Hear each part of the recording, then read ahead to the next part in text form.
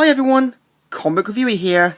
This time reviewing on Extraordinary X-Men issue number 1.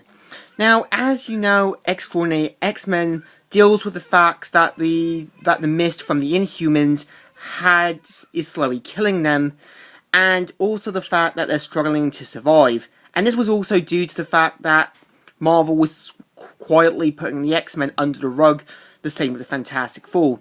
But due to them having the license again, this was where it all changed again, and X-Men back to being normal again. So, the story starts off how Storm is talking to someone saying, "How did it come to this? We've lost so much already. The X-Men, mankind's praise in the world. Scott, I was foolish. I thought it couldn't get any worse. But I was wrong. I was so wrong." And so you see Storm talking to an imaginary version of of Professor X. And Iceman shows up saying, Storm, you need to get out here. Hey, were you talking to... No one. What is it, Bobby? What happened? It's magic. And so we're introduced to India, where a family's trying to save their little girl, and saying that she has the disease and stuff. But luckily, magic shows up saying, "Get away." And they're like, "A mutant! It's another one!" And so she mainly uses her kind of magical abilities to save the family and get them out just in time. We're introduced back at the X-Mansion, where every student is working hard to get every supplies ready, medicine, also food and everything to get ready. They're just kids, Aurora, and they are mutants. Now more than ever, every mutant counts. Have you told them the news yet? Not yet. They have enough to deal with. Here she comes. And so we see Magic bringing in the family, and she's pointing out how bad it is because due to Scott Summers' actions, this has caused many people to hate them now more than ever. And so she transports. So we see them like in their kind of new powered up X-Mansion. So meanwhile, the time to place Jean Grey is trying to live a normal life. Now, in case you know, there is an X-Men comic where the X-Men brought the past X-Men back into the future, and to see what their counterparts' lives will become. And so we see Jean trying to live her normal day life, who kind of looks a bit like April O'Neil. And she's like, "Hello, Jean. Storm, what are you... The X-Men need you." And she points out that she just wants a normal life, but Iceman and the others are just trying to be saying, "Look, we need your help." But Jean shows Aurora how mutants are getting prosecuted, hated on, and how the Terrigen Mist has caused more harm than good.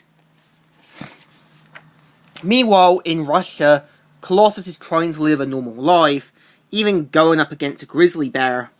I like how the bear's thinking, "Okay, crap, I'm getting out of here." And so we see Colossus now, a show of his former self, and we see Magic showing up and give a warm welcome. She says, and they point out that Colossus just wants a normal life, and that this is home. Magic says, This place is not our home, Peter. Or do you forget so easily? Do you remember what it was really like here before Xavier came for us? Do you remember the days when we barely had enough bread to feed our berries? Have you forgotten what happened when your father first found out you were really a mutant? Do you remember how he forced you to sleep in a barn like an animal? I will never forget, but things have changed, Ilana. I have changed. And so she probably tries to pester him until his mutant powers activate again, and they're like, "Now that is the big brother I knew and loved." And so they decide to go after Nightcrawler, where we see a mutant called Ares saying, "Ares, come in. Any luck?" "Not yet, but I'm gonna pull that little bastard's arm off when I find him." And so we see kind of Nightcrawler trying to teleport away, and dealing with a snake-like themed mutant and a girl called Asma for something, saying, "Now come to me, devil." And they're like, "Nice work, Ismuth.